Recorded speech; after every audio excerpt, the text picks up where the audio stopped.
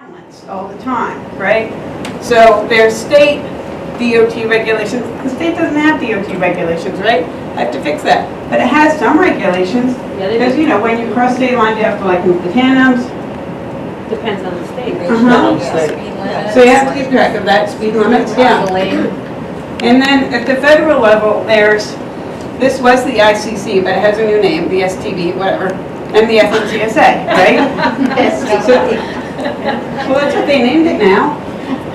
Really? Yeah, they canceled the ICC. Interstate Commerce Commission and they gave it a new name. Oh, And then that there's was the FMCSA. No? The FMCSA is separate. Yes. I thought the ICC turned into the FMCSA. Nope. Okay. And then there's industrial lobbyists, right? Yep. And then there's insurance requirements. Yep. And then there's the company, if you have a company. And there's your driver, manager, and your company policies, whatever they are. And a million other people. So who are the other people? So, you know, what I'm saying is, we have tonight, we have tomorrow. If you have anything to say about this, I don't want to write a book that truckers are going to read and be like, oh, She's these so stories are wrong. great, but she got it so wrong, right? Like, I was in a truck, I drove a truck for like 5 minutes 3 years ago. I couldn't do it. 5 months. Yeah, well, you know, in the general scheme of things, this comes down to 5 minutes, right? Because 2 of the months were with a trainer. So, you know. Enough said. I mean, like I could drive the truck forward down the road, but you know, they fired me because I couldn't do the paperwork, so. So like I need help figuring out how the paperwork fits together.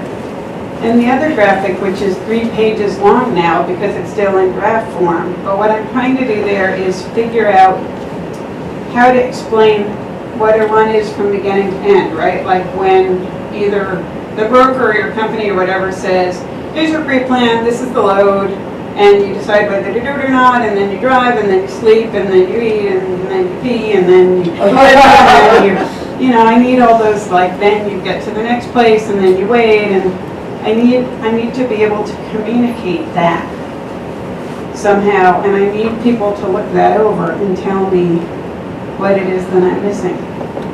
And another question, and another question that I have for you is, if you look at the internet and say, how many truckers are non-white, how many truckers are women, how many truckers are immigrants, the numbers are so low, right?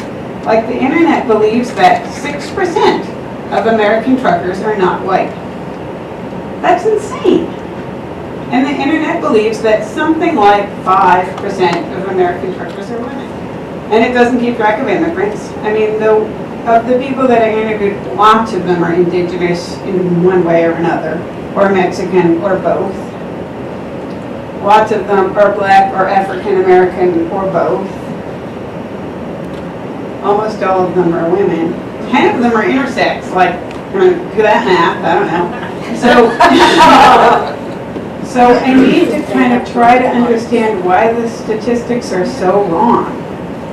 The statistics of how we live is wrong. I think much less than the ratio between men and women, and I think they really go, they just kind of have a dartboard. It's kind of what I feel like about Texas parole. They throw a dart and that's where they pick somebody out of that area. And they're the ones that get out, or they're the ones, oh, it's got 6% of women.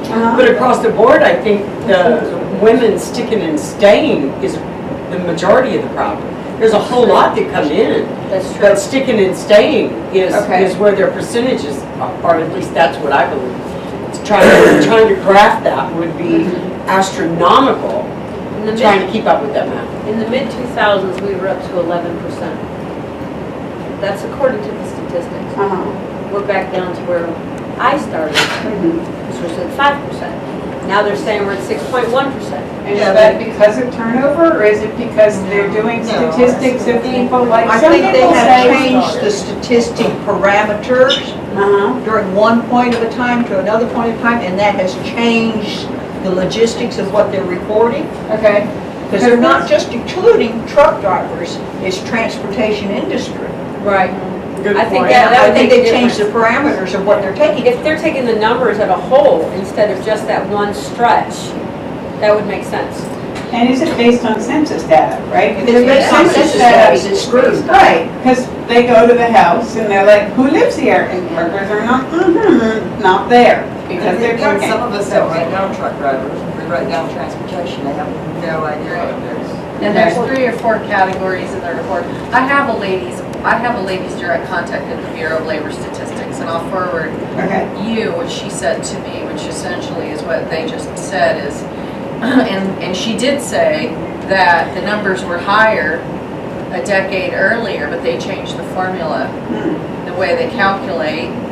And I said, well, how do you get it? And she said, from the census. And I said, well, truck drivers don't do the census.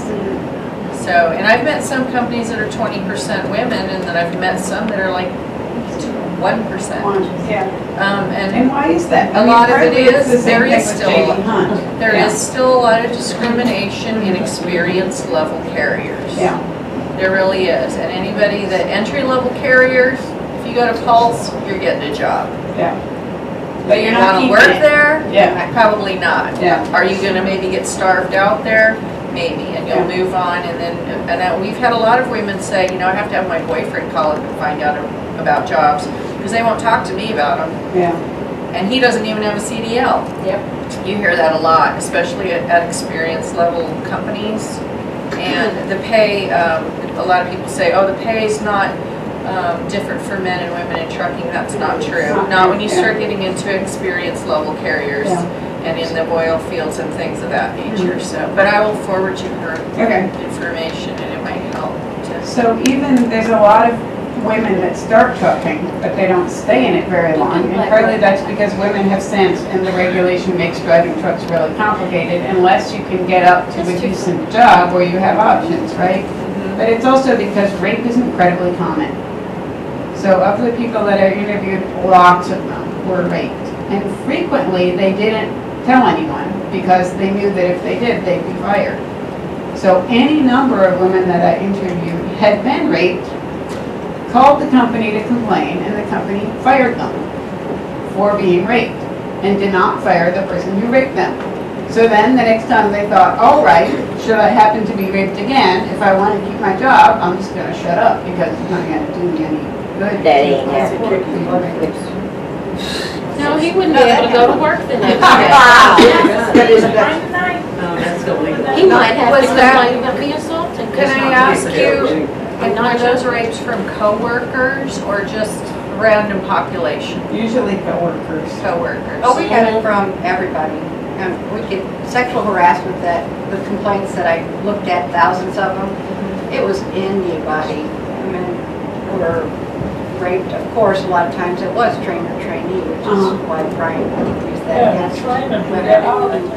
Tons of trans women report getting raped after they have sex with truckers, right? So it's extremely common. Truckers will not necessarily identify that they're trans or know that they're trans. Trainee does it, beat them up, kill them, rape them. Extremely common, extremely common. And they feel like they have to do it.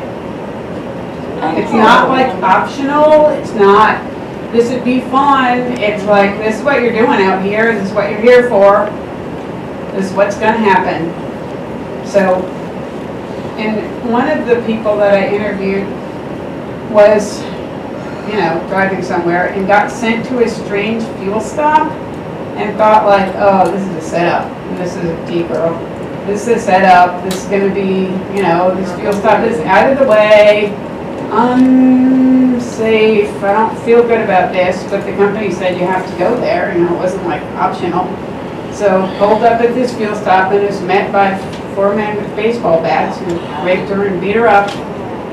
So, it's not like she didn't know it, but she felt like she had to. And you're sort of trapped there. So, those carriers, they do look for vulnerable people in lots of different ways. And there's some people that they're like, the devil I know is better than the devil I don't know. So they might stay once they find a good dispatcher, but they're not making the money that they should be getting.